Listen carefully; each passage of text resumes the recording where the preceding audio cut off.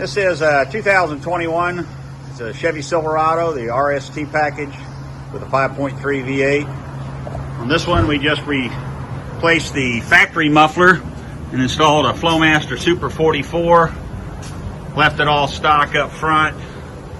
We did leave the factory resonators in there, or diffuser pipes as we call them. Try to keep the drone down. Customer doesn't want it too loud inside. Let's see what it sounds like.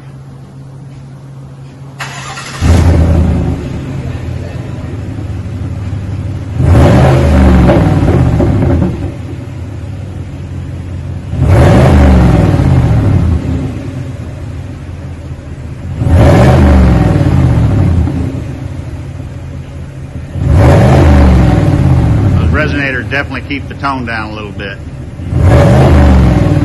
Give you a little bit less tone going down the highway.